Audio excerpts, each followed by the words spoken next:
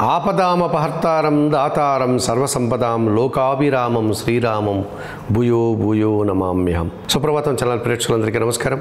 మాసఫలం కార్యక్రమానికి స్వాగతం. 2025 జూన్ మాసంలో ద్వాదశ రాశుల వారికి గోచార రీత్యా మాస ఫలితాలు ఎలా ఉంటాయి? 2025 జూన్ నెలలో మిథున రాశి వారి యొక్క మాస ఫలితాలు.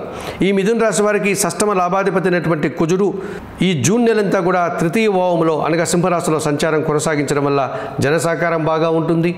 భూ సంబంధమైనటువంటి వ్యాపారాలు అనుకూలంగా ఉంటాయి. భూవాహన లాభాలు సౌఖ్యాలు అందుకోగలుగుతారు.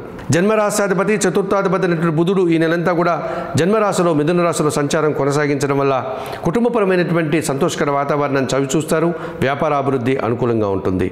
అష్టమ భాగ్యాధిపతి అయినటువంటి గురువు ఈ నెలంతా కూడా జన్మరాశిలో మిథున రాశిలో సంచరిస్తున్నాడు. ఆకస్మికంగా నూతన ఆదాయం కానీ అవకాశాలు కానీ అందిపుచ్చుకుంటారు. జన సంబంధాలు పెరగడానికి అవకాశం ఉంది. ఇక పంచమ వ్యయాధిపతి అయినటువంటి శుక్రుడు ఈ నెలంతా కూడా వ్యయములో వృషభ రాశిలో సంచరించడం వల్ల సృజన సహకారంతో కుటుంబ సౌఖ్యాన్ని అందుకోగలుగుతారు. సంతోషంగా విందు వినోదాల్లో పాల్గొంటారు. కేతువు ఈ నెలంతా కూడా తృతీయ భావంలో సింహరాశిలో సంచరిస్తున్నాడు. జన సహకారం బాగా ఉంటుంది.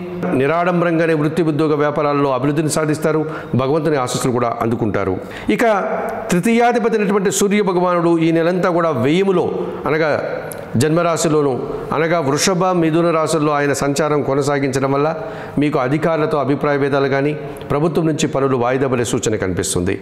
అష్టమ భాగ్యాధిపతి అయినటువంటి శని ఈ నెలంతా దశమ భావంలో మీనరాశిలో సంచరిస్తున్నాడు కనుక పని భారము శ్రమ అధికమవుతుంది. రాహు ఈ నెలంతా కూడా భాగ్యములో కుంభరాశిలో సంచరించడం వల్ల తండ్రి ఆరోగ్యం విషయంలో జాగ్రత్తలు అవసరం.